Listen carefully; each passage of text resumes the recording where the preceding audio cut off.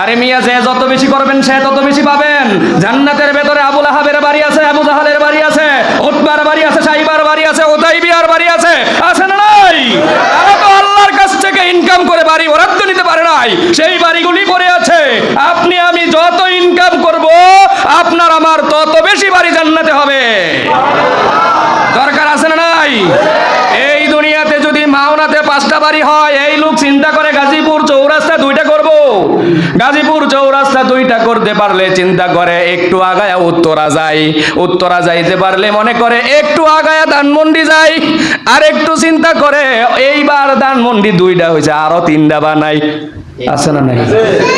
ওই রকম জান্নাতের ভেতরেও এক একজনের একাধিক বাড়ি থাকবে। একজনের স্তর হবে প্রথম তালায়, আরেকজনের স্তর হবে দ্বিতীয় তালায়, আরেকজনের স্তর হবে তৃতীয় তালায়। এমনি এমনি করে জান্নাতের ভেতরে 6666টা তালা আছে। যার যতটুকুন সমর্থন আছে সে ততটুকুন উপরে উঠবে। এবার ইনকাম করতে থাকেন ইনশাআল্লাহ। সারা রাত আমল করেন, কোনো সমস্যা আছে? কিন্তু ফজরের নামাজ জামাতে আইছেন না, কি কন? এই বোকামি করুন যে গো লাভ গো।